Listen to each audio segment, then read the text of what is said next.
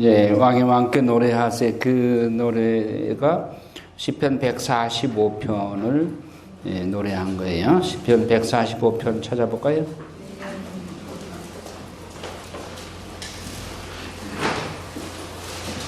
그동안은 다윗이 계속 자기가 왕이라고 그렇게 주장했어. 자기가 왕 노릇하다 보니까 자꾸 넘어졌거든요. 이제 145편에 와서는 자기가 납작 엎드려요. 자, 145편 1절 읽어요. 저희 임금이신 하느님, 당신을 들어 높입니다. 영영세세 당신 이름을 찬미합니다. 나날이 당신을 찬미하고 영영세세 당신 이름을 찬양합니다. 주님은 위대하시고 더 높이 찬양받으실 분, 그 위대하심은 헤아릴 길 없어라. 자, 여기서는 자기가 왕이라고 안 그러죠. 예, 하느님이 왕이셔. 그러니까 하느님께 왕 자리를 내어드리고 다윗은 기꺼이 그의 종이 되는 거예요. 종의 자리로 내려앉은 거예요. 그러면서 이제 하느님을 찬양하죠. 예, 다윗이 지금 145편까지 오는 과정에서 엎치락 뒤치락 실수를 하면서 그러다가 이제 다윗의 말기에 이렇게 깨닫고 진짜 임금은 하느님이시다. 나는 그 종일 뿐이다. 이렇게 내려앉는 거예요. 그래서 이후에는 계속 할렐루야가 나옵니다. 하느님을 찬양하는 노래로. 그래서 인생이 바로 이 시편이 인생의 축약도다 그렇게 말하는 거예요. 자, 아까 18편을 봤고, 아까 그 첫 번째 인생의 나침판이 8편이었고, 18편이 또 두 번째 등대 역할을 했습니다. 자, 그 다음에 이제 19편이 또 굉장히 중요한 거예요. 시편 19편이 아주 중요한 내용입니다.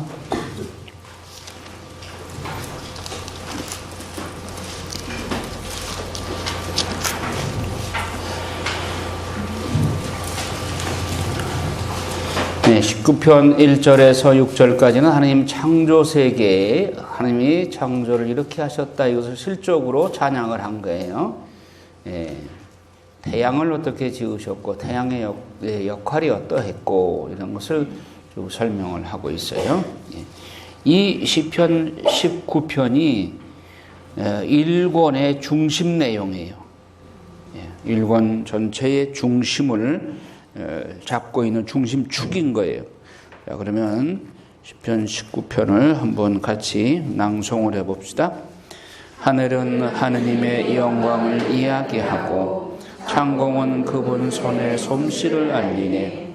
낮은 낮에게 말을 건네고 밤은 밤에게 지식을 전하네. 말도 없고 이야기도 없으며 그들 목소리조차 흔들리지 않지만 그 소리는 온 땅으로 그 말은 누리 끝까지 퍼져나가네. 그곳에 해를 위하여 천막을 쳐주시니 해는 신방에서 나오는 신랑 같고 용사처럼 길을 달리며 좋아하네. 하늘 끝에서 나와 다시 하늘 끝으로 돌아가니 아무것도 그 열기 앞에서 숨을 수 없네. 주님의 가르침은 완전하여 생기를 돋게 하고 주님의 법은 참되어 어수룩한 일을 슬기롭게 하네. 주님의 규정은 올바라서 마음을 기쁘게 하고 주님의 계명은 밝아서 눈에 빛을 주네. 주님을 경외함은 순수하니 영원히 이어지고 주님의 법규들은 진실이니 모두가 의롭네. 금보다 많은 순금보다 더욱 보배로우며 꿀보다 생청보다 더욱 달달하네. 당신의 종도 이에 주의를 기울이니 일시키는 상급을 받으리라. 뜨다니한 허물을 누가 알겠습니까? 숨겨진 잘못에서 저를 깨끗이 해주소서. 또 오만한 자들에게서 당신 종을 보호하소서. 그들이 제 위에 군림하지 못하게 하소서. 그러면 제가 결백해지고 허다한 죄악에서 깨끗해지리라. 반석, 저의 구원자시여. 당신 앞에 드리는 제 마음의 생각이 당신 마음에 들게 하소서. 예. 과연 시편 1권의 중심이 될 만한 내용이 다 들어있죠? 예. 그러니까, 처음에는 창조로 시작을 합니다. 하늘은 하느님의 영광을 이야기하고, 하느님이 지으셨으니까, 창공은 그분 손에 솜씨를 알리네. 낮은 낮에게 말을 건네고 밤은 밤에게 지식을 전해. 누구에 관한 지식이에요? 하느님에 관한 지식이지. 피조물로서 말도 없고 이야기도 없으며 그들 목소리조차 들리지 않지만 그 소리 온 땅으로 퍼져나가고 그 말은 땅끝까지 퍼져나가네. 그곳에 해를 위하여 천막을 쳐주시니 해는 신방에서 나오는 신랑처럼 용사처럼 길을 달리며 좋아하네. 하늘 이 끝에서 저 끝까지 아무것도 그 열기 앞에 숨을 수 없네. 예, 태양 아래 숨을 수 있는 게 없죠. 그런데 진짜 태양은 태양을 만드신 하느님이 진짜 태양이죠. 그 다음에 8절부터는 주님의 가르침, 또 주님의 법, 주님의 규정, 주님의 계명, 주님의 법규, 이거 다 뭘 얘기하는 거예요? 네, 하나님의 말씀. 바로 이게 시편 1편을 얘기하는 거잖아요. 예, 주님의 말씀을 주야로 묵상하는 사람. 예? 그래서 금보다 순금보다 더욱 보배롭고 꿀보다 생청보다 더욱 달다. 하나님의 말씀이 그렇게 달라요? 여러분들의 입술에도? 예, 그러면 됐어요. 예. 이렇게 주님의 말씀을 주야로 묵상하고 실천하고 사는 삶. 그리고 15절에는 주님은 나의 반석, 나의 구원자. 예.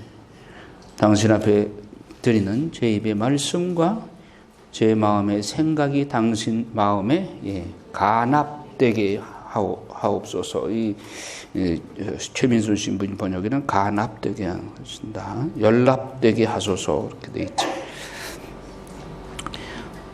네, 그러니까 이 19편이 시편 1권 전체의 중심축이다. 이걸 붙잡아야 되는 거예요.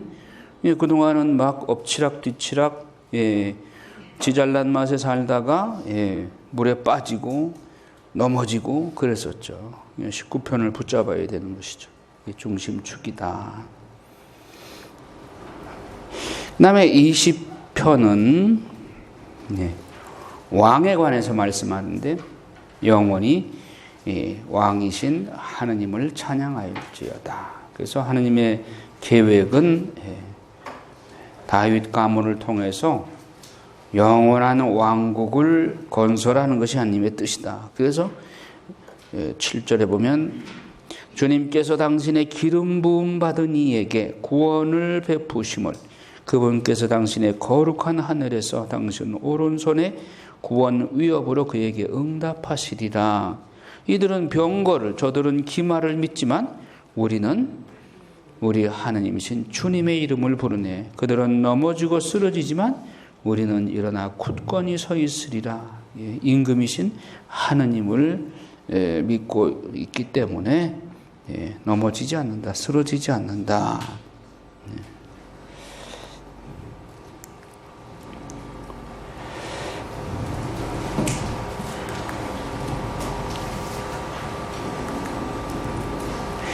자, 그 다음에 이제 시편 22편으로 넘어가는데, 시편 22편은 누가 인용하신 내용이에요? 예수님이 십자가에서, 시편 22편 2절 읽어요. 저의 하나님, 어찌하여 저를 버리셨습니까? 소리쳐 부르건만 구원은 멀리 있습니다. 저희 하나님 온종일 외치건만 당신께서 응답하시지 않으시니 저는 땅에도 잠자코 있을 수 없습니다. 이 십자가에서 예수님께서 절규하셨죠? 원어 아람어로 뭐라고 해? 엘리 엘리 레마 사박타니.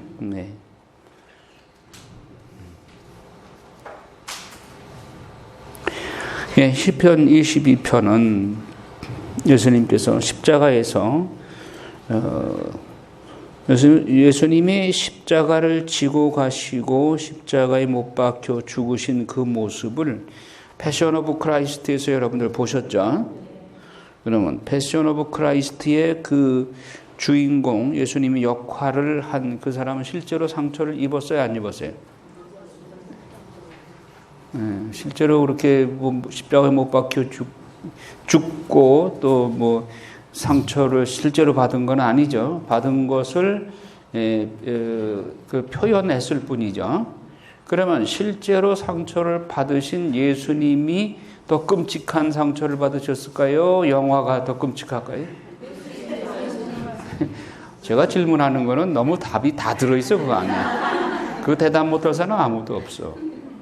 그런데 그 의미를 한번 생각해 봅시란 말이에요. 패션 오브 크라이스트를 보면서도 우리는 소름 끼치고 눈물 흘리고 하는데 실제로 예수님의 모습은 어떠하셨겠느냐 말이에요. 그러니까 예수님 뭐 그래도 거기는 옷이라도 걸친 것처럼 나왔지만은 실제로는 옷을 완전히 벗겼어요. 그러니까 하느님이 피조물인 인간 앞에서 얼마나 수모를 당하셨는가 말이에요. 매를 몇 대만 맞았어요? 몇 대예요? 5,480대. 그러니까 바오로 사도가 나는 40에서 하나를 감한 매를 5번 맞았습니다. 그것도 끔찍한 일이에요.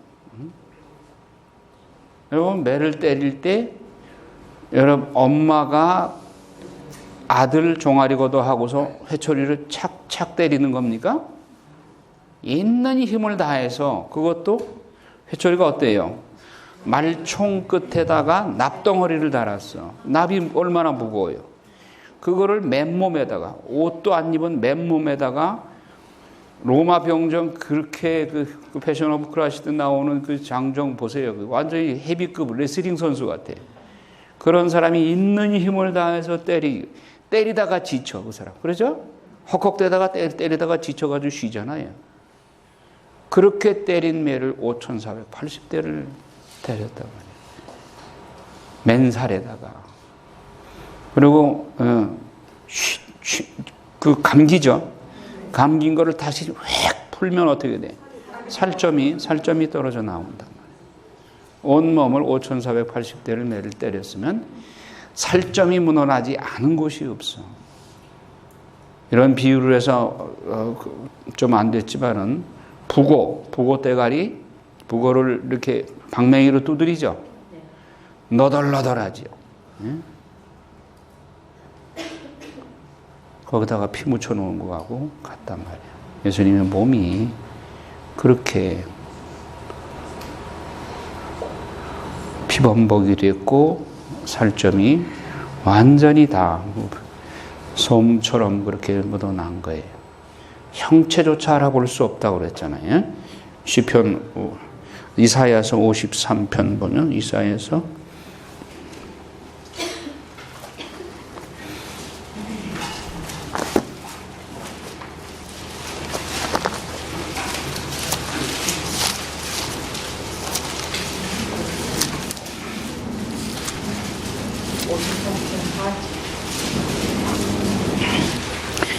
53편 14절 52절 14절 그의 모습이 사람 같지 않게 망가지고 그의 자태가 인간 같지 않게 망가져 많은 이들이 그를 보고 질겁하였다. 그러니까 모습이 얼마나 망가졌는지 그의 자태를 보고 끔찍해서 질겁을 했다. 예수님 모습 보고 그런 거예요. 얼굴에 이 머리에다가 가시관을 씌웠죠. 홍포를 입히고 가시관을 씌웠어. 그 가시가요 얼마나 날카로운, 이스라엘 가서 그 가시를 한번 보신 분들은 아실 거예요. 얼마나 날카로운지. 완전히 바늘이에요, 바늘. 그것을 얌전하게나 씌웠어요. 여기다 얹어놓고 푹 눌러버렸어요. 그러니까 이게 머리에 박혔어. 그 또 하나가 여기 비스듬하게 박히니까 눈을 찌르고 들어가서 눈 속을 찔렀어요. 그래서 눈에서 피가 흘러내리잖아요. 그런데다가 홍포를 입혔는데 이게 피가 나면 딱지가 않잖아요. 나중에. 홍포를 벗기는데 잡아채치니까 이게 가시에 걸리죠. 홍포가. 그러면서 쫙 채쳐버리니까 가시도 나오다가 부러졌어. 또 속. 살 속에 부러진 게 박혀 있어.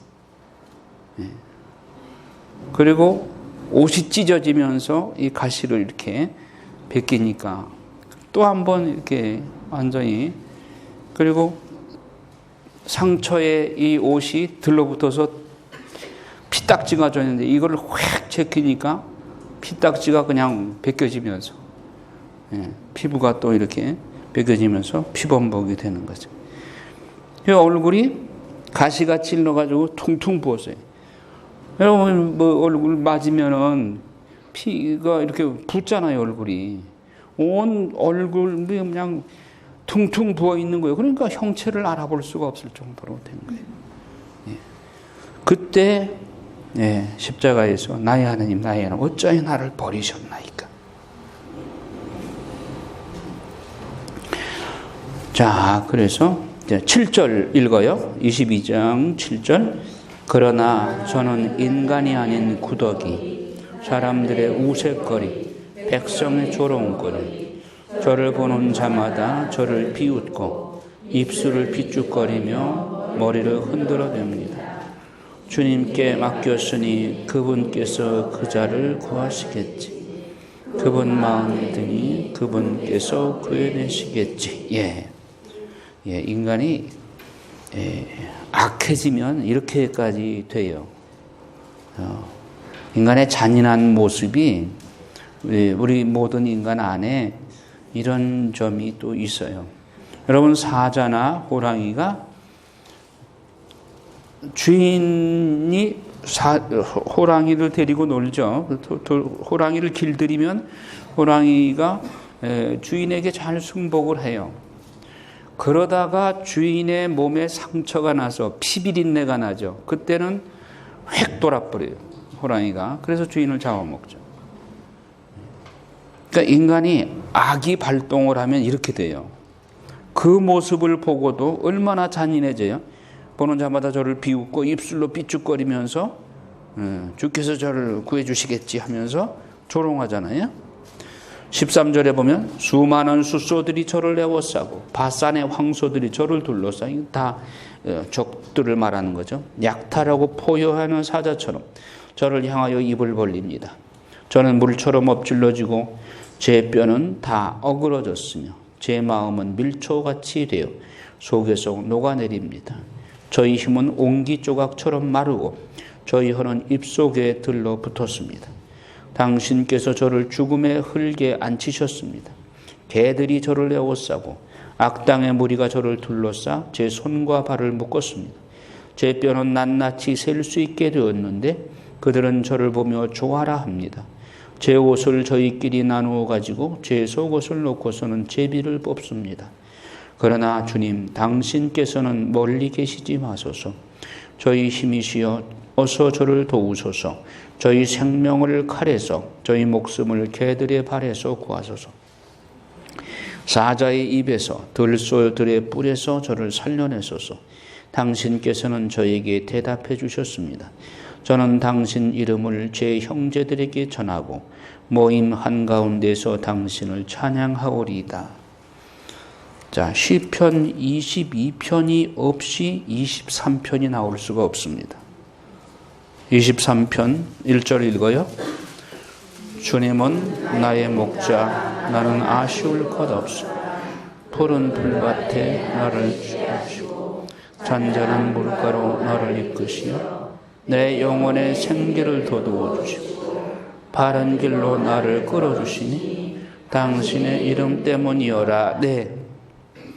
시편 23편은 그 저 푸른 초원에 그림 같은 집을 짓고 그거 아닙니다. 시편 22편이 없는 23편은 있을 수가 없어. 시편 22편에 십자가의 고난을 겪은 다음에 23편이 나올 수 있는 거예요. 고난 없이 영광이 있을 수가 없다는 거예요.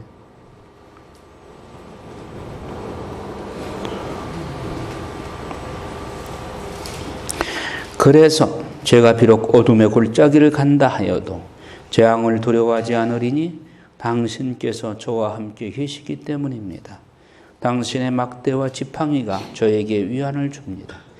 당신께서 저희 원수들 앞에서 저에게 상을 차려주시고 제 머리에 향유를 발라주시니 저희 술잔도 가득합니다. 저희 한평생 모든 날에 호의와 자애만이 저를 따르리니 저는 일생토록 주님의 집에 사오리다.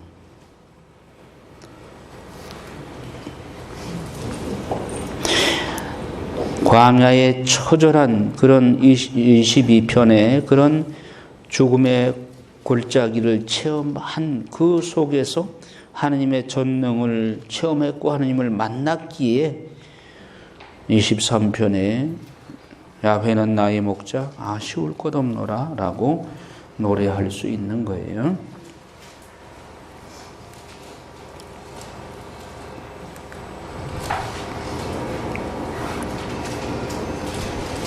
근데 내가 아무것도 할 수 없을 때 전폭적인 하느님의 보호를 체험하게 되고 그래서 야훼는 나의 목자하고 외칠 수 있는 거예요.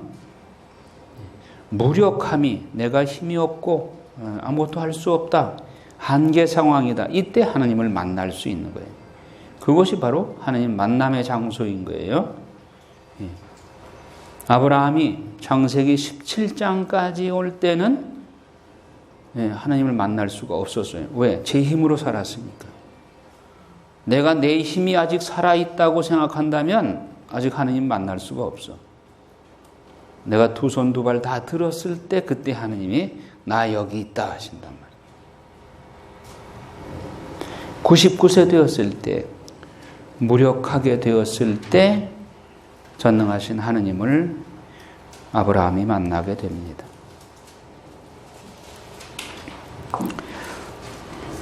자, 이제 37편으로 건너뛰어서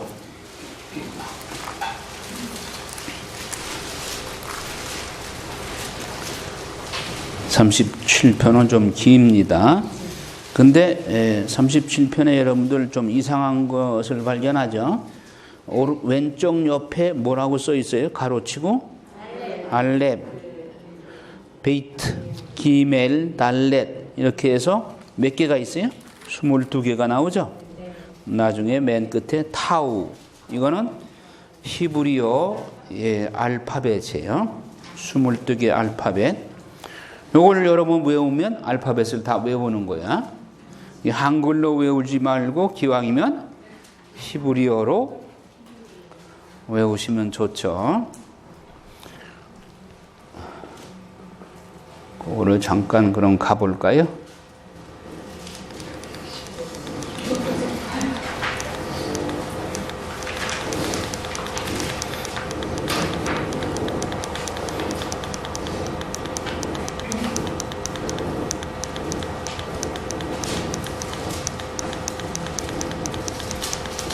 시편 119편을 보면 시편 119편이 시편 중에 제일 길어요.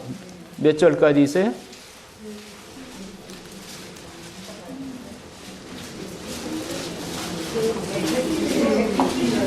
176. 그거는 어떻게 나와요?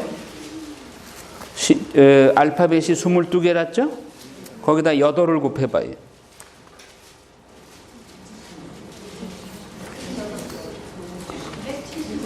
176절까지 있죠. 예, 그게 뭐냐? 알파벳의 알렙, 베이트, 기멜 이런 알파벳 순서대로 하나의 알파벳 알렙으로 시작하는 시편 그 줄을 8줄을 쭉 차례로 알렙으로 쭉 시작하게 하고 그 다음에 베이트로 시작해서 또 8줄 그렇게 기멜로 8줄 그러다 보니까 22개 타우까지 곱하기 8절이 된 거예요. 그러니까 176절이 된 거죠. 제일 긴 시편이 119편이다. 거기도 마찬가지로 여기는 여기 있죠. 알렙, 베이트, 기멜 여기 있죠. 여덟 줄 쭉 뒤에 있죠. 119편에. 자, 그러면 히브리어 알파벳이 궁금하죠? 네. 공부하고 싶은 마음이 그냥 불뚝같이 지금 마음속에서 일어나죠? 네.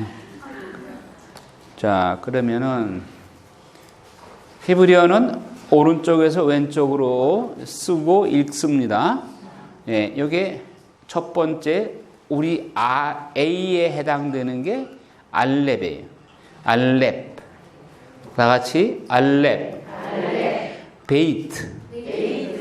기멜. 달렛. 해.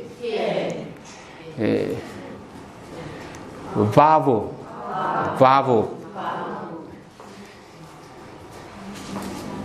자인.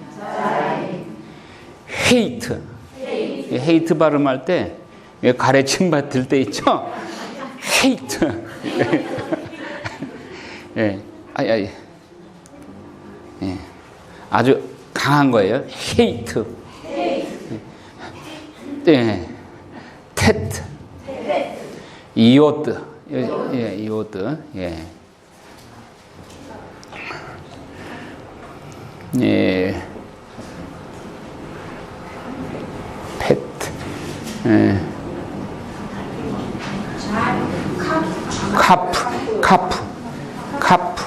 카프. 예. 라멧.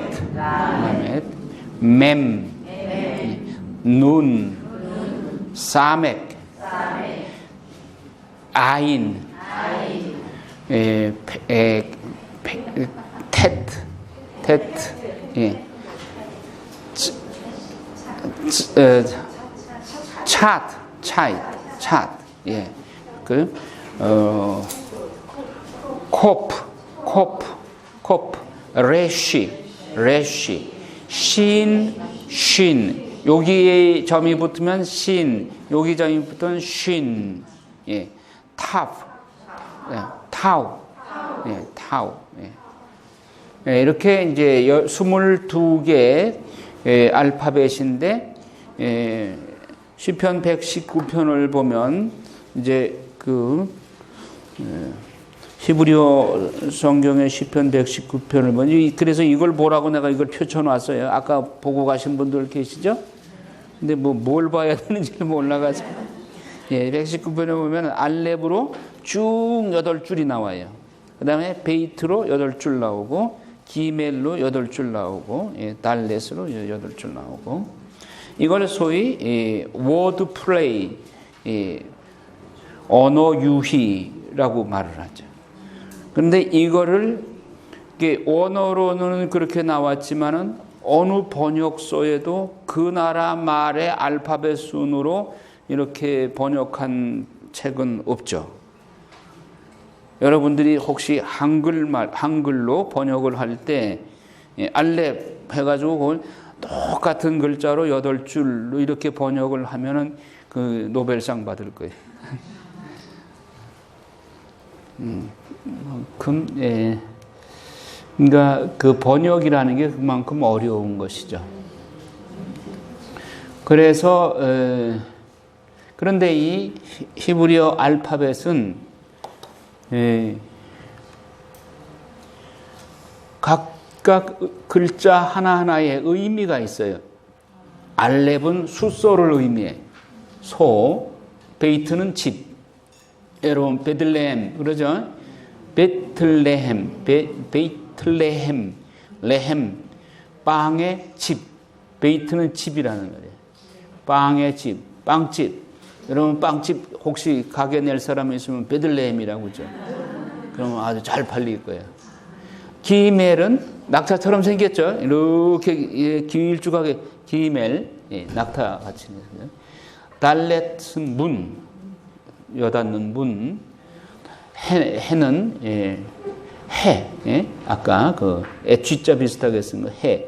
이거는 보다, 보라, 계시하다, 숨구멍 이런 거는 이 상형 문자예요. 그러니까 그 숨구멍, 이 목젖 그런 부분을 그렇게 상형 모습으로 그렇게 한 거죠.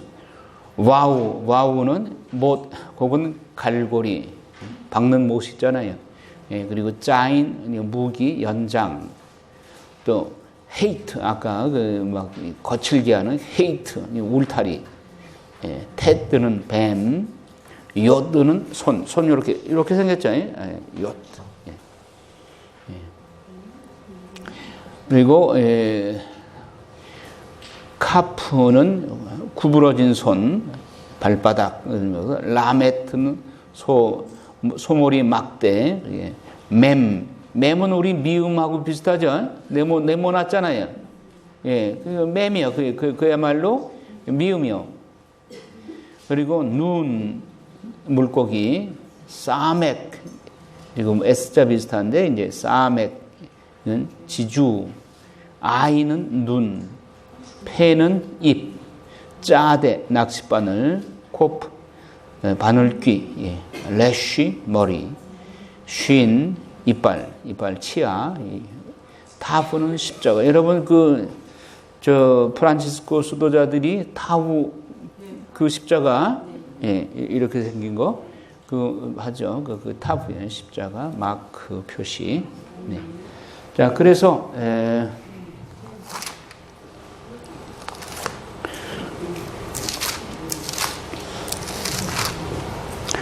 아까 37장이죠. 거기를 다시 돌아가야죠.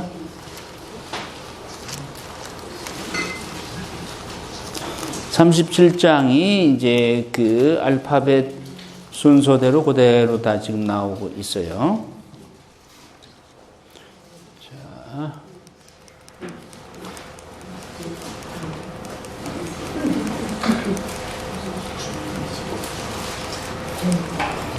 37장 1절부터 한번 읽어볼까요? 너는 악을 저지르는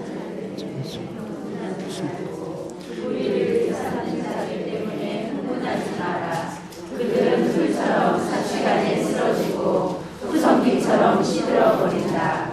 주님을 신뢰하며 선을 행하고 이 땅에 살며 신의를 지켜라. 주님 안에서 즐거워하여라. 그분께서 내 마음이 청하는 바를 주시리라. 내 길을 주님께 맡기고 그분을 신뢰하여라. 그분께서 공손해 주시리라. 빛처럼 내 정의를 떠오르게 하시며 내 낮처럼 내 공정을 밝히시리라. 네. 자, 우리 인간은 세상의 악을 볼 때, 이 세상에 저럴 수가 있는가. 하나님이 살아계시면 그냥 저걸 그냥 놔두시나. 그래가지고 참지 못하고 막 분노하고 그러죠. 여러분 TV 보다가 분노죄 많이 저지르죠. 그런데 하나님께서 충고하십니다. 너는 악을 저지르는 자들 때문에 격분하지 말고 불의를 일삼는 자들 때문에 흥분하지 마라. 내가 다 보고 있다. 그래서 7절에 보면 주님 앞에 고요히 머물며 그분을 고대하여라. 제 길에서 성공을 거두는 자 때문에 음모를 실행에 옮기는 사람 때문에 격분하지 마라. 노여움을 그치고 성을 가라앉혀라. 격분하지 마라. 악을 저지를 뿐이다. 악을 저지르는 자들은 뿌리째 뽑히고 주님께 희망을 두는 이들은 땅을 차지하리니 하면서 12절에 보면 악인이 의인을 거슬러 계교를 꾸미며 그를 향해 이를 가는구나. 주님께서 악인을 비웃으시니 그의 날이 다가옴을 보시기 때문이다. 20절에도 그러나 악인들은 멸망하고 주님의 원수들은 초원의 화사함처럼 사라지리라. 연기 속에 사라지리라. 악인은 멸망한단 말이죠. 25절에 어리던 내가 이제 늙었는데 의인이 버림을 받음도 그 자손이 빵을 구걸함도 보지 못하였다. 그는 늘 너그럽게 빌려주어 그 자손이 복을 받는다. 자, 어릴 때부터 지금 늙을 때까지 전체를 통해 보니 의인이 버림을 받는 일도 없고 그 자손이 빵을 구걸하는 즉 저주를 받은 그런 일도 없더라. 그런데 이게 그냥 그 순간순간에 이루어지는 것이 아니라 어릴 때부터 늙을 때까지 쭉 지켜보니까 결과적으로 그런 것이지 그때 즉각 악인을 처벌하시는 게 아니다는 거예요. 그러니까 잠잠하게 기다리라는 거예요. 하나님이 언젠가는 악인을 치시고 의인을 축복해 주신다 그러죠. 29절에 의인들은 땅을 차지하여 언제까지나 그 위에 살리라. 의인의 입은 지혜를 자아내고 그의 혀는 올바른 것을 말한다. 자기 하나님의 가르침이 그의 마음에 있어 그 걸음이 흔들리지 않는다. 하나님의 가르침이 그의 마음에 있다 하는 건 무슨 얘기예요? 시편 1편을 살고 있다는 얘기죠. 하나님의 말씀을 주야로 묵상하고 사는 거죠. 예. 35절에도 나는 악인이 폭력을 휘두르며 푸른 월계수처럼 뻗어감을 보았다. 여기서 이제 이 딜레마에 빠지는 거예요. 그 세상에 악인들이 잘 되는 거, 떵떵거리고 잘 사는 모습을 보니까 분심이 든단 말이에요. 그러나 그는 지나자마자 이내 사라져. 나 그를 찾아보았으나 눈에 띄지 않았다. 누가 처리하신 거예요? 하나님이 처리하신 거예요. 40절에 주님께서 그들을, 그러니까 의인들을, 자, 39절, 의인들의 구원은 주님에게서 오고 그분께서는 곤경의 때에 그들의 피난처가 되어주신다. 이건 뭘, 시편 몇 편을? 2편, 시편 2편을 살한 거죠. 주님께 의탁하고 피신처로 삼고 사는 거. 주님께서 그들을 도와주시고 구하시고 악인들에게서 빼내어 구원하시니 그분께 몸을 피한 까닭이다. 결국 37편의 결론은 시편 1편과 2편을 살아내는 사람은 축복을 받는다 그거죠. 결론은 아주 단순한 거예요. 결국 시편 1편, 2편 거기서 해답을 얻어라 그거죠. 자, 그 다음에 73편을 봅시다. 73편은 제 몇 권이죠? 3권 시작이죠. 3권 시작. 근데 시작부터 지금 불안한 거예요. 73편 1절 읽어요. 하나님은 좋으신 분이시다. 올바른 이에게 하나님은 좋으신 분이시다. 마음이 깨끗한 이들에게 그러나 나는 한번보면 나를 이끌어주고 걸음을 어디를 뻔하였으니 내가 어디서 온 자들을 세우고 악인들의 평안함을 보았기 때문에. 네. 자, 무엇 때문에 실족할 뻔했어요? 예. 악인들이 잘 되는 모습을 보고 세상에 이럴 수가 있을까 하면서 내가 실족할 뻔했어. 미끄러질 뻔했어. 분심이 들어가지고. 예. 예. 그래서 그 악인들을 보니까 6절에 보면 교만이 그들의 목걸이며 폭행이 옷처럼 그들을 덮었네. 그들의 눈은 비계로 붉어져 나오고 그들의 마음에서는 온갖 환상이 흘러나오네. 그들은 비웃으며 심술궂게 이야기하고 거만하게 을러대며 이야기하네. 하늘을 향해 자기네 입을 열어젖히고 그들의 혀는 땅을 휩쓸고 다니네. 그래서 내 백성이 그들에게 몸을 돌려 저들의 말을 물 마시듯 들이켜네. 그들은 말하네. 하느님이 어찌 알 리 있으며 지극히 높으신 분이라고 어찌 알아채리요. 보라, 바로 이들이 악인들. 언제까지나 걱정 없이 재산을 늘려가네. 정녕 나는 헛되이 마음을 깨끗이 보존하고 결백으로 내 두 손을 씻었단 말인가? 날마다 고통이나 당하고 아침마다 징벌이나 받으려고. 이게 분심거린 거예요. 그래서 실족할 뻔했단 말이야. 나도 그렇게 말하리라 생각하였지만 그것은 당신 아들들의 모임을 배신하는 것, 깊이 생각하여 이를 알아들으려 하였으나 그것은 제 눈에 괴로움 뿐이었습니다. 자, 17절 읽어요. 그러나 마침내 하나님의 성전에 들어가 그들의 종말을 깨달았습니다. 정녕 당신께서는 그들을 미끄러운 길에 세우시고 그들을 멸망으로 떨어지게 하였습니다. 예. 어디 들어가서 이걸 깨달았다고요? 성전에 들어가서 비로소 사건의 전말을 하나님께서 어떻게 처리하시는가를 깨닫게 되었다. 그럼 여러분들 이럴 수가 하면서 어디로 가야 돼? 성전으로 가야지. 여러분 밖으로 뛰쳐나가면 안 되죠. 주먹 불끈 쥐고 복수하러 나가면 안 되는 거야. 성전으로 가야 돼. 그래야 그들의 종말을 깨닫게 되었다. 자, 20절부터 읽어요. 덧없는 꿈처럼 주님께서는 일어나실 때 그들의 모습을 업신여기십니다.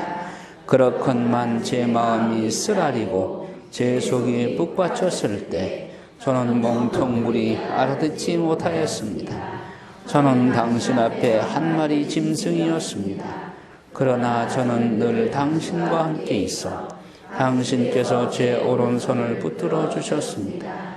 당신의 뜻에 따라 저를 이끄시다가 훗날 저를 영광으로 받아들이시리이다. 저를 위하여 누가 하늘에 계십니까? 당신과 함께라면 이 세상에서 바랄 것이 없습니다. 제 몸과 제 마음이 쓰러질지라도 제 마음의 반석, 제 목숨, 그건 하느님이십니다. 이제 보소서, 당신에게서 멀어진 자들은 멸망합니다. 당신을 배신한 자는 당신께서는 없애버리십니다. 그러나 저는 하느님께 가까이 있음이 저에게는 좋습니다. 저는 주 하느님을 제 피신처로 삼아 당신의 모든 업적을 알리렵니다. 예, 무엇을 또 회복한 거예요? 시편?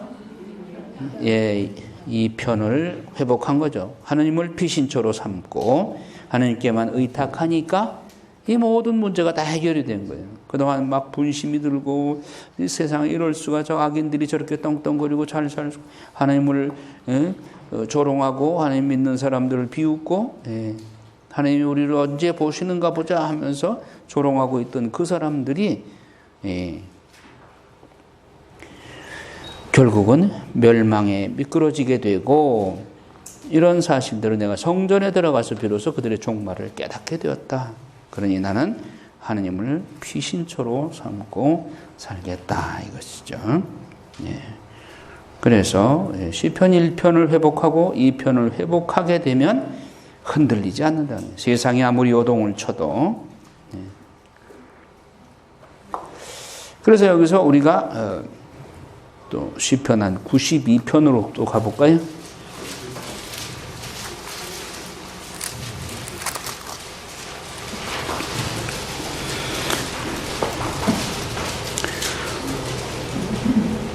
(92편) 읽어요. 주님을 찬송함이 좋기도 합니다. 지극히 높으신 분이시여 당신 이름에 찬미 노래 부름이 좋기도 합니다. 아침에는 당신의 자애를, 밤에는 당신의 성실을 알림이 좋기도 합니다. 시편금과 수금에 맞추어 빗바가락에 맞추어 주님 당신께서 하신 일로 저를 기쁘게 하셨으니 당신 손의 업적에 제가 환호합니다. 주님 당신의 업적은 얼마나 위대하며 당신의 생각들은 얼마나 깊습니까? 미혹한 사람은 알지 못하고 미련한 자는 깨닫지 못합니다. 악인들이 불처럼 도단하고 나쁜 짓 하는 자들이 모두 피어날지라도 영영 멸망하지 않습니다. 그러나 주님 당신께서는 영원히 높이 계십니다. 주님 당신의 원수들이, 정녕 당신의 원수들이 사라집니다. 나쁜 짓 하는 자들이 모두 흩어집니다. 당신께서는 저의 뿔을 들소의 뿔처럼 지켜들어 주시고 신성한 저에게 부어주셨습니다. 제 눈은 적들을 내려다보고 제 귀는 저를 대적하던 악한들의 소식을 즐거이 듣습니다. 의인은 야자처럼 레바논의 향백나무처럼 자라리. 주님의 집에 심겨져 우리 하나님의 밭들에서 돋아나리라. 늙어서도 열매 맺으며 쇠기 많고 싱싱하리. 주님께서 나의 반석이신 그분께는 불의가 없대네. 예. 그래서 주님을 찬송함이 좋기도 하오이다. 주님을 높이 부르고 주님을 찬미함이 좋으니이다. 아침에는 당신의 자애를, 밤에는 당신의 성실을 알림이 좋으니이다. 시편금의 수금에 맞추어서 비파가락에 맞추어서 주님을 찬양하는 모습. 악인들을 바라보면 아까 37장에서 악인들을 바라보면 실족하기 쉽단 말이에요. 근데 지금 누구를 바라봐요? 하나님을 바라보고 아침에는 당신의 자애를 노래하고 밤에는 당신의 성실함을 알릴 때 분심이 다 사라지는 거예요. 여러분도 사건을 보지 말고 하나님을 바라보고 베드로가 무리를 걸어가게 해주십시오. 그래서 예수님을 바라보고 걸어갔어요. 가다가 파도가 치니까 파도를 바라보는 순간 풍덩 빠져버렸어요. 그러니까 세상을 바라보지 말고 사건을 바라보지 말고 예수님께 우리의 시선을 두게 되면 빠지는 일이 없단 말이에요. 실족하는 일이 없다.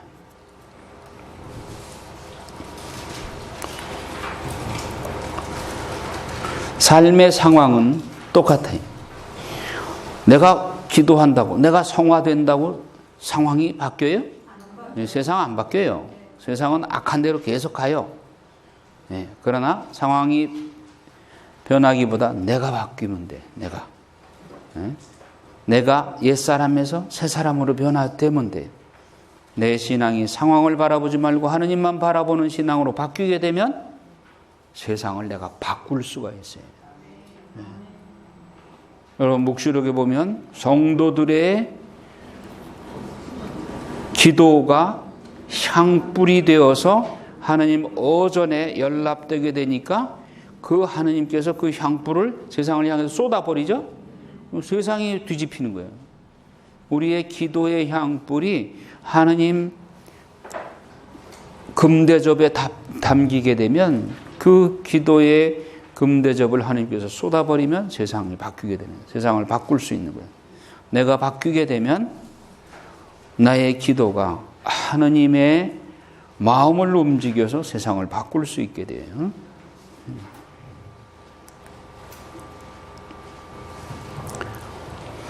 그래서 아까 92편은 한 말씀을 회복한 후에 요동치 않는 신앙을 말하고 있어요. 그래서 7절, 8절에서 악인이 번성하지만 상황은 바뀌지 않아도 내가 실족하지 않는 이유는 하나님의 말씀을 주야로 묵상하기 때문이고 견고한 신앙이 흔들리지 않기 때문에 13절에서 16절은 의인이 번성을 하게 되는 그 회복이 이루어지게 되고 마치 하나님 집에 심겨진 나무처럼 역경에서도 하나님 집 안으로 옮겨 심어지게 된다. 자, 4개의 축이 있는데 1편, 2편과 149편, 150편 요 4가지를 4개의 축으로 해서 보자. 1편은 하나님의 율법을 주야로 묵상하는 삶, 악인들과 구별이 되는 의인의 삶. 2편은 이방나라, 이방민족들, 군주들, 관원들이 우리를 넘어뜨리려고 음모를 하는데 그래서 저들의 오랏줄을 끊고 사슬을 벗겨버리자라고 음모를 꾸미지만 하느님께서 보시고 웃으시도다. 그래서 우리는 하느님께만 의탁하고 살게 되면 우리는 끄떡없다. 그런데 149편은 2편과 대조를 이루어요. 자, 입으로 새로운 노래로 하느님을 찬양하고 손에는 쌍날칼을 든다. 칼 하면 뭘 연상해야 돼? 말씀, 하나님의 말씀. 쌍날칼을 들고 기도하는 건 뭐예요? 양팔목 주신 거냐? 겟세마니 동산에서 우리가 양팔목 주신 거 하죠? 쌍날칼을 들고 기도한다. 그럴 때 문나라 민족들, 왕들, 귀인들 42편에서는 그 사람들이 우리를 비웃었죠. 예, 그런데 149편에서는 우리가 오히려 그 사람들을 결박해 묶어버려. 이렇게 해서 승리하는 거예요. 예, 시편 2편에서는 이방인들이 저들을 오랏줄로 묶어버리고 사슬을 벗겨버리자 이렇게 음모를 꾸미지만 149편에서는 내가 승리하기 때문에 하나님의 말씀을 주야로 묵상하고 하나님께만 의탁하고 살기 때문에 또 양팔묵주 신공으로 말씀 붙잡고 살기 때문에 오히려 이방인들을 내가 결박하고 묶어버려요. 승리하는 거예요. 150편에서는 어떻게 하냐? 악인도 이제는 사라지고 모든 민족이 다 하나님을 찬양하고 숨쉬는 것 모두 다 주님을 찬양하는 세상이 온단 말이에요. 이것은 태초에 창조하실 때 원죄 이전의 상태로 회복되는 거예요. 그래서 창세기 2장에 생기를 불어넣어줬는데 생기를 회복하는 거예요. 첫 창조를 회복하는 거예요. 150편에서. 네 개의 축을 기억을 하시기 바라요. 자, 이 권에서는 42편부터 72편까지죠. 네. 자, 시편 1권에서는 대개가 70%가 탄식시에 우리 삶을 짓누르고 압도할 만큼 힘겨워하는 그런 탄식시인데 76편에서 150편까지는 탄식시는 30%로 줄어들어요. 이미 내가 신앙으로 흔들리지 않는 신앙으로 무장되어 있기 때문에 신앙 안에서 고난이 우리 삶을 요동치 못합니다. 그래서 반대로 70%가 감사와 찬양이야. 테힐림이라고 하는 시편이라는 말인데 이제 시편을 테힐림이라고 부르는데 이건 감사와 찬양이에요. 찬양.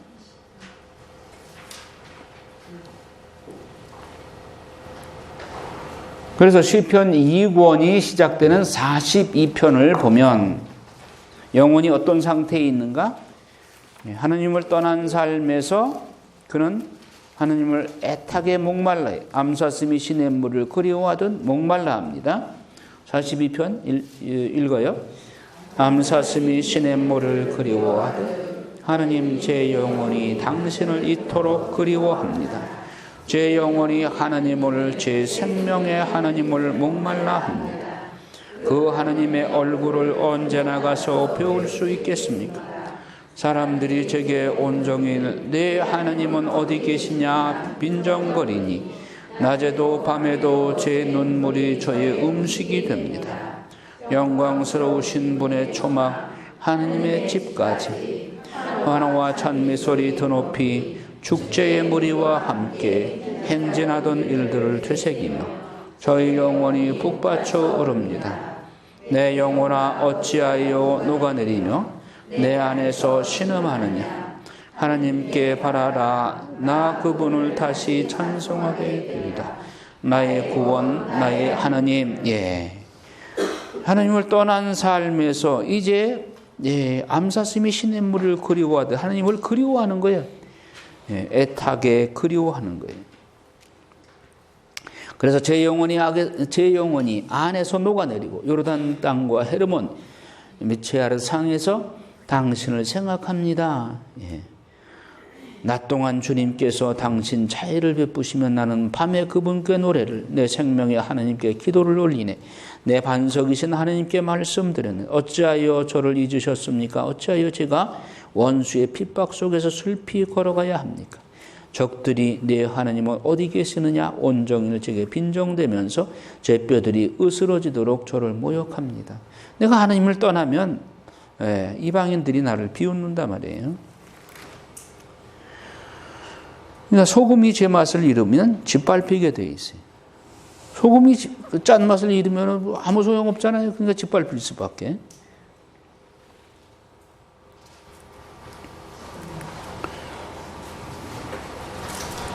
하나님의 집을 향한 갈증을 느끼게 되고, 근데 이렇게 갈증을 느낄 때 해소하는 방법은 두 가지 방법이 있어요. 하나는 하느님을 찾는 방법. 하나는 에라 모르겠다 캐세라세라 세상으로. 인간은 누구나 갈증을 느끼게 돼 있어요. 왜? 하느님이 인간을 만들 때 당신 영을 부어넣어 줬기 때문에 당신 영이 아니고는 만족을 못해요. 인간의 욕심에 만족이 있나요? 세계 갑부에게 너 그 정도 돈 벌었으면 이제 만족하느냐? 아니, 더 벌어야지. 쾌락을 즐기는 사람한테 너 만족하느냐? 아니, 더. 갈증은 그러니까 소가 목말라 할 때 그 짠물 소금 탄 물을 먹이는 것과 같다. 소금 탄 물 먹이면 어때? 점점 더 갈증을 느껴서 더 먹어. 그 배가 나중에 터지죠. 세상의 그 어떤 쾌락도 즐거움도 인간에게 만족을 못 줘요. 왜냐하면 하느님만이 만족을 줄 수 있는 것인데 그것을 세상 것으로 채우려니까 만족이 없어요. 그러니까 갈증을 느끼기는 누구나 마찬가지예요. 그런데 한 사람은 하느님께로 돌아가서 만족을 찾으려고 하고 하나는 세상으로. 두 가지 길이 있단 말이에요. 그러니까 세상으로 향하는 건 망하는 길이죠. 그런데 세상을 향해서 목숨 걸고 매달리는 사람이 얼마나 많아 지금. 이제 그만하라는 얘기인데.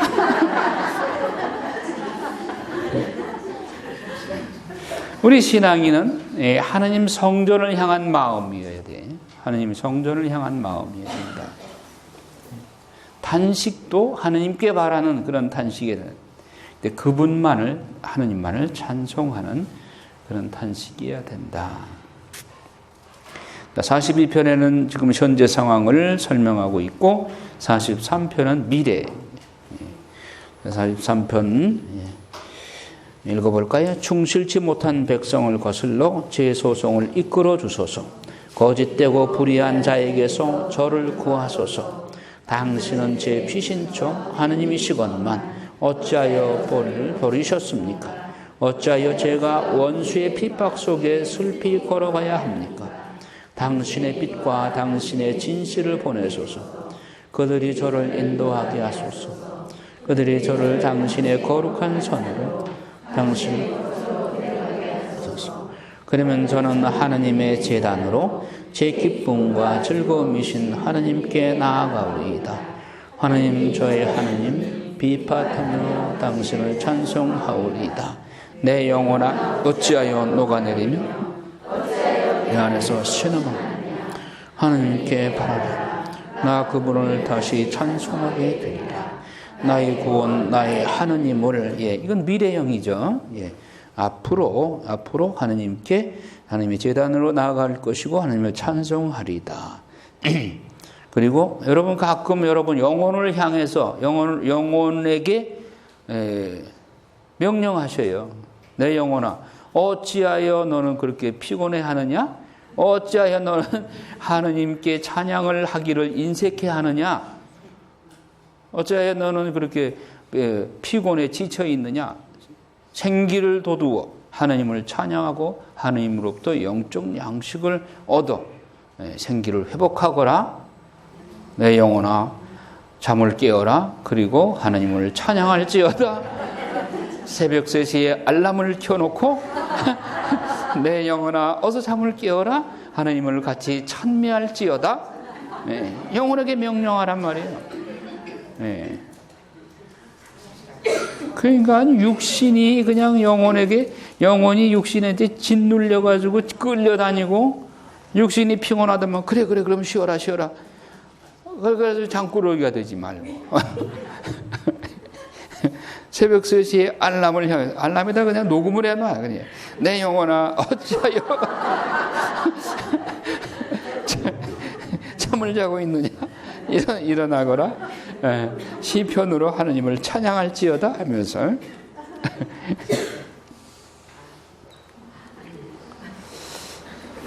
자 44편에 보면 이 출애굽 역사를 회상합니다. 과거의 출애굽의 역사를 회상을 하면서 지금 내가 하나님으로부터 멀리 떨어져 있어. 이집트의 죄의 종살이에 머물고 있어.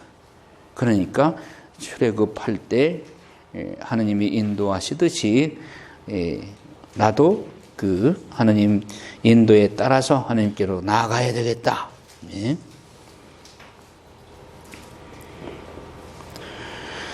과거 회상을 합니다. 하나님 저희 귀로 들었습니다. 우리 조상들이 저희에게 이야기하였습니다. 그들 시대에 당신께서 업적을 이루셨습니다. 그 옛날에 당신께서 손수 이루셨습니다. 출애굽시킨 그 내용을 회상을 하는 겁니다.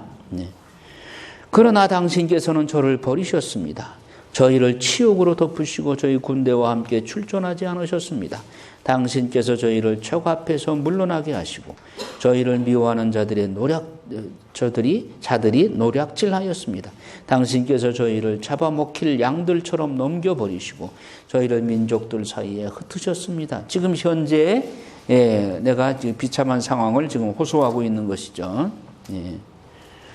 그리고 이방인들 앞에서 내가 창피를 당하고 능욕을 당하고 이런 모습을 좀 호소하는 거예요. 왜 이렇게 됐습니까? 하면서 24절에 읽어요. 깨어나소서 주님 어찌하여 주무십니까? 잠을 깨소서 저희를 영영 버리지 마소서. 어찌하여 당신 얼굴을 감추십니까? 어찌하여 저희의 가련함과 핍박을 잊으십니까? 정녕 저희 영혼은 먼지 속에 쓰러져 있으며 저희 배는 땅바닥에 붙어 있습니다. 저희를 도우러 일어나소서. 당신 자애를 생각하시어 저희를 구원하소서. 지금 주님이 주무시고 계실까요? 왜 깨어나소서 그래요? 그러니까 주님께 다급한 자기의 간절한 소망을 호소하는 것이죠. 왜냐하면 주님이 기뻐하시죠. 이렇게 열정을 다해서 나를 간절히 찾고 있구나. 내가 손을 뻗어 저들을 구원해줘야지. 출애굽시키들 때처럼 그렇게 도와주리라. 이렇게 주님이 마음을 그렇게 생각을 하시고 도와주시겠죠. 자, 이제 시편 45편은 이게 너무나도 유명한 내용이야. 이거 여러분 많이 들으셨을 거예요. 혼인잔치에 그분이 신랑이시고 우리는 신부다. 자, 읽어요. 아름다운 말이 제 마음에 넘쳐 흘러 임금님께 제 노래를 읊어드립니다. 제 혀는 능숙한 서기의 붓입니다. 당신께서는 어떤 사람보다 수려하시며 당신의 입술은 우아함을 머금어 하나님께서 당신에게 영원히 강복하셨습니다. 오 용사시여 허리에 칼을 차소서. 당신의 어미와 영화를 입으소서. 당신의 영화와 함께 나아가 이루소서. 진실과 자비와 정의를. 당신의 오른팔이 당신께 무서운 일들을 가르치리이다.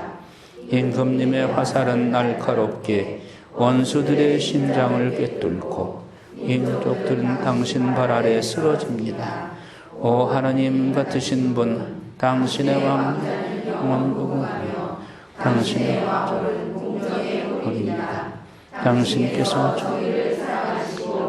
정의를 구하시기에 하나님께서 기쁨의 기름을 당신의 동료들에게 앞서 당신에게 부어주셨습니다. 머리약과 침향과 계피로 당신 옷들이 모두 향기로우며 상하궁에서 흘러나오는 현악 소리가 당신을 즐겁게 합니다.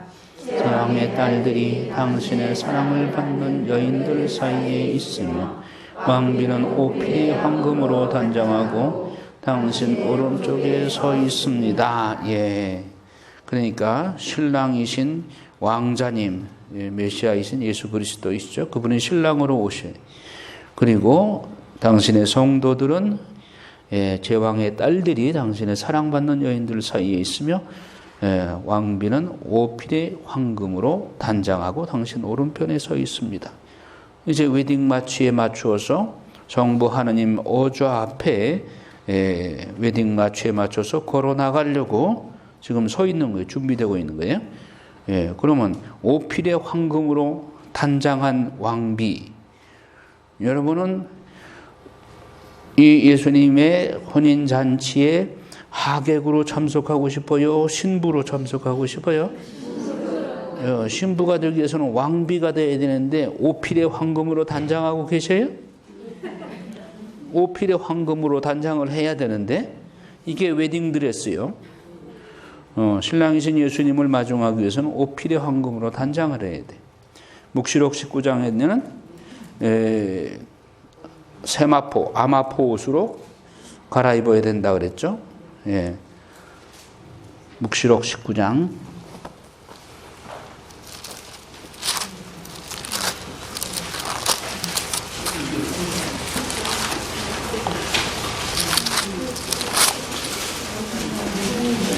8절 읽어요. 그 신부는 빛나고 깨끗한 고운 아마포 옷을 입는 특권을 받았다. 고운 아마포 옷은 성도들의 의로운 행위입니다. 의로운 행위 바로 7가지 죄성을 뿌리 뽑고 성령 칠은으로 성화된 영혼을 말하는 것이죠. 이것이 오필의 황금으로 단장하는 거예요. 여러분이 그러니까 왕비로 되기는 원하거든요. 욕심은 있는데 오필의 황금을 준비 안 하면 자격이 없는 것이지. 오필의 황금을 준비해야 되겠죠? 네. 황금 옷 사려고 돈 보따리 싸가지고 갈 필요 없이 여러분이 변화되어야 된다. 성화되어야 된다. 듣거라 따라 보고 내 귀를 기울여라. 내 백성과 내 아비의 집을 잊어버려라. 분명히 알아들으셨죠? 내 백성과 내 아비의 집을 잊어버리라고 그러는데 자꾸 친정집 생각하고 세상 것 자꾸 생각하면 안 되는 거죠? 임금님이 너희 아름다움을 열망하시리니 그분께서 너희 주인이시기 때문이다. 그러니까 천국의 혼인잔치에 참여하려면 이 세상 것을 미련 없이 버려야 되죠. 그분 앞에 엎드려라. 티로의 딸이 선물을 가져오고 백성 가운데 부자들이 내게 경배하는구나.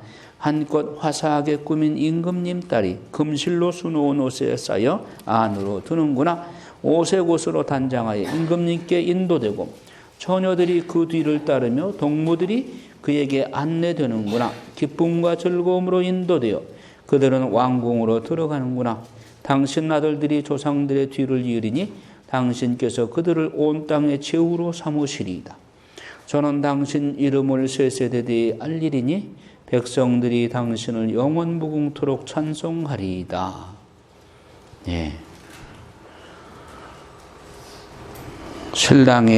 오실 신랑의 신부로서 왕비가 되기 위해서는 이렇게 되는 것이죠. 예수님이 키가 훤칠하고 크시다 그랬죠? 그러니까 여러분도 키가 커야지 요만하게 7살, 8살 먹은 어린애기 영혼이 되면 어떻게 웨딩 마취에 따라서 손잡고 나갈 수 있겠어요? 영적으로 여러분들이 왜소하면 안 되는 거예요. 영적으로 성장해서 적어도 키가 170 정도는 돼야지 신부가 되려면은 영적으로 그렇게 성장하셔야 된단 말이에요.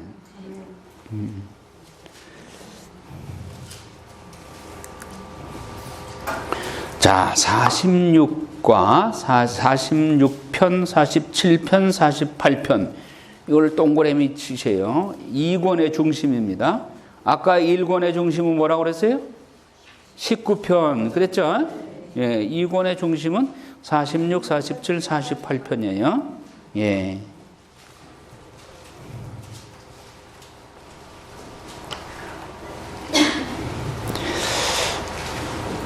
자, 46편 첫 절부터 하느님께서 우리의 피신처와 힘이 되시어 어려울 때마다 늘 도우셨기에 우리는 두려워하지 않네. 땅이 흔들려 해도 산들이 바다 깊은 곳으로 빠져든다 해도 그러니까 우리 하느님께서 우리의 피신처 하면 뭐예요? 2편이죠. 그렇죠? 시편 2편이잖아요. 그렇죠?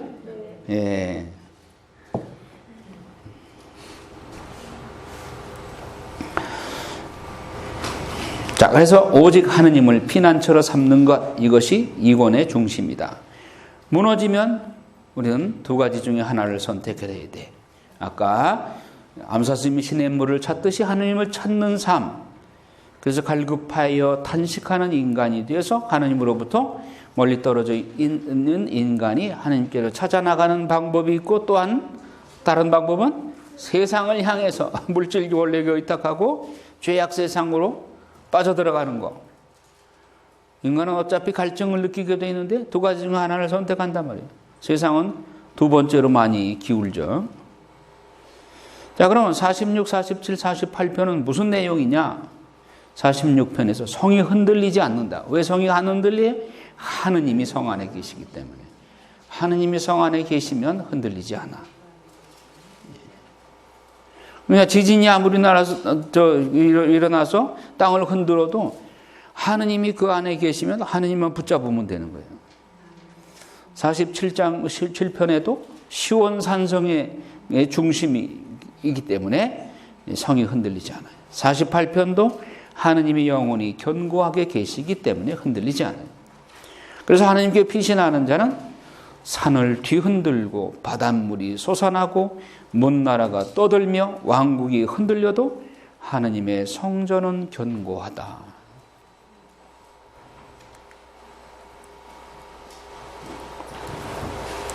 그래서 48편은 이제 우리의 피난처 시온산성이다. 거기서는 예배와 찬양만이 울려 퍼지게 된다. 하느님의 성에 거처하기에 우리는 흔들리지 않는다. 시냇물이 거기에서 흘러나오고 샘물이 생명수가 흘러나오거든. 그래서 갈증을 해소하게 되고, 그러나 위험성이 있어. 인간이 왕이 될 때 자기를 왕으로 착각을 해. 하느님을 왕으로 세워야 되는데 하느님을 찬양하고 하느님을 왕으로 모셔야 되는데 자기가 왕이 되기 쉽단 말이에요. 그래서 시편 2편으로 돌아가야 된다. 하나님의 율법을 주야로 묵상하고 오직 하나님께 피신하여야 하는데 다윗이 자기가 왕으로 교만에 빠져서 하나님을 뒷전으로 미루고 그러다가 죄에 빠지게 되었어요. 그래서 48장 15절에 하느님이 영원토록 우리의 하느님이다. 늘 이것을 고백하고 살아야 되는 거예요. 네.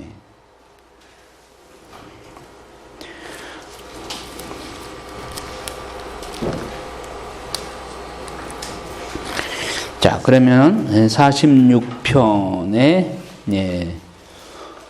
늘 다 한번 읽어볼까요?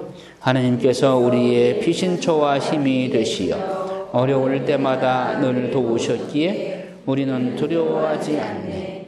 땅이 뒤흔들린다 해도 산들이 바다 깊은 곳으로 빠져든다 해도 바닷물이 우짖으며 소용돌이 치고 그 위력에 산들이 떤다 해도 강이 있어 그 줄기들이 하나님의 도성을 지극히 높으신 분의 거룩한 하느님께서 그 안에 계시니 흔들리지 않네. 하느님께서 동틀녘에 구해주시네. 민족들이 우짖으며 나라들이 동요하지만 그분께서 큰 소리 내시니 땅이 녹아버리네. 만군의 주님께서 함께 계시며 야곱의 하느님께서 그 산성이시네. 와서 보아라. 주님의 업적을, 세상에 놀라운 일을 이루신 그분의 업적을. 그분께서 세상 끝까지 전쟁을 그치게 하시고 활을 꺾고 창을 부러뜨리시며 병거를 불에 살라 버리시네. 너희는 멈추고 내가 하느님을 알아. 나는 민족들 위에 드높이 있노라. 세상 위에 드높이 있노라. 만군의 주님께서 우리와 함께 계시네. 야곱의 하느님께서 우리의 산성이시네. 예, 우리의 산성, 다시 말하면 피신처. 하나님이 우리의 피난처. 예. 그리고 47편도 마찬가지로 7절에 보면 노래하여라. 하느님께 노래하여라. 노래하여라. 우리 임금님께 노래하여라. 하느님께서 온누리의 임금이시니 찬미가를 불러라. 하느님께서 민족들을 다스리신다. 하느님께서 당신의 거룩한 어좌에 앉으신다. 하느님께서 어좌에 앉으시고 다스리시니까 우리의 피신처가 되는 거죠. 48장에 보면 주님은 위대하시고 드높이 찬양받으실 분이시다. 우리 하느님의 도성. 7절에 보면 거기에서 전율이 그들을 덮쳤네. 해산하는 여인이 진통처럼 타르시스의 배들을 들고 쓰는 쇳바람처럼 우리가 들은 대로 우리가 보았네. 만군의 주님의 도성에서 우리 하느님의 도성에서 하느님께서 이를 영원히 굳히셨네. 결국 하느님이 우리의 피난처이시다. 시편 2편의 시련을 말하는 것이죠. 이렇게 46, 47, 48이 제2권의 중심이다. 예, 제1권에서는 하나님의 말씀을 추야로 저녁에도 아침에도 낮에도 묵상하고 찬양하고, 2권에서는 하나님께 의탁하는 것, 하나님을 피신처로 해서 의탁하는 것, 이게 중심이다. 자, 오늘은 여기까지만 하고 10분 쉬었다가 30분에 미사 시작하겠습니다. 영광이 성부와 성자와 성령께